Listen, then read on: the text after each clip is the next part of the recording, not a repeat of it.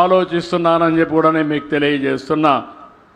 ఇంకో పక్క 4వ తారీఖు ఆటో డ్రైవర్లు మా ఆడబిడ్డలకు ఉచిత ప్రయాణ సౌకర్యం ఏర్పాటు చేస్తే మాకు నష్టం వస్తూ ఉందని బాధపడితే వాళ్ళకు కూడా చెప్పా, మీరు కూడా బాధపడద్దండి.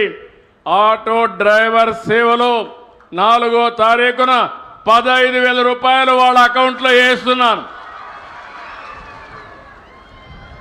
2,90,000 మంది 4,35,000 కోట్ల రూపాయలు వాళ్ళ అకౌంట్లో వేస్తున్నా. డ్రైవర్ కష్టాలు తెలిసిన వ్యక్తిని, పేదవాళ్ళ ఇబ్బందులు అర్థమైనాయి, అందుకే ఈ కార్యక్రమం తీసుకున్నాం. ఇంకో పక్క రైతు బాగుంటేనే దేశం బాగుంటుంది. గ్రామీణ ప్రాంతాలు బాగుండాలంటే రైతు ఆదాయం పెరగాలి. ఒకప్పుడు మీరు చూస్తే రైతును పట్టించుకున్న దాఖలాలు లేవు. ఈరోజు నేను ఒకటి ఆలోచిస్తున్నాను, ఆహారపు అలవాట్లు మారాయి, మన ఉత్పత్తిని కూడా మార్చుకోవాలి. విజయనగరం జిల్లా పేదరికంలో ఉంది. దానికి కారణం మీరు చూస్తే ఇక్కడ నీళ్లు పైనున్నా, నీటి వనరులున్నా ఇక్కడ వ్యవసాయం అనుకున్నట్టు చేయలేక చేసిన వాణిజ్య పంటలు వేయకుండా మనకు నష్టం వస్తూ ఉంది. నేను ఒకటి హామీ ఇస్తున్నా, రైతును ఆదుకుంటాం. అందుకే అన్నదాత సుఖీభవ కింద 20,000 ఇస్తా అన్నాం. మొదట విడత 7,000 వేసాం. మిగిలిన 14,000 కూడా మీ అకౌంట్లో వేసే బాధ్యత మాదని మరొక్కసారి మీ అందరికీ హామీ ఇస్తున్నా.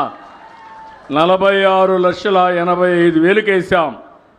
3,174 కోట్ల రూపాయలు మీ అకౌంట్లో వేసి ఒక విజయనగరంలో 2,27,000 మందికి 152 కోట్ల రూపాయలు జమ చేశాం. ఇక్కడే యువత ఉన్నారు. నేను ఒకటే చెప్తున్నా మా యువత అందరికీ, నేను ఆ రోజు చాలా స్పష్టంగా చెప్పాను, సూపర్ 6లో మొట్టమొదటిది మెగా డిఎస్సి చేస్తానని మొదటి సంతకం పెట్టాను. సంవత్సరంలో పూర్తి చేశాను. మీ నియోజకవర్గంలో 107 మందికి ఉద్యోగాలు వచ్చాయంటే అది ఈ ప్రభుత్వం యొక్క పట్టుదల. మొన్నే అందరినీ పిలిచాను, నేనే సర్టిఫికెట్లు ఇచ్చాను. వాళ్ళ ఆనందం చూస్తే నేను చాలా మీటింగ్లకు వెళ్ళాను, కానీ వాళ్ళ ఉద్యోగం వచ్చిన వాళ్ళందరూ చాలా జుబిలెంట్గా ఉన్నారు, చాలా ఆనందంగా ఉన్నారు. మొట్టమొదటిసారిగా ఉద్యోగం వచ్చిన వాళ్ళ ఉత్సాహం ఎట్లుంటుందో నేను చూశాను.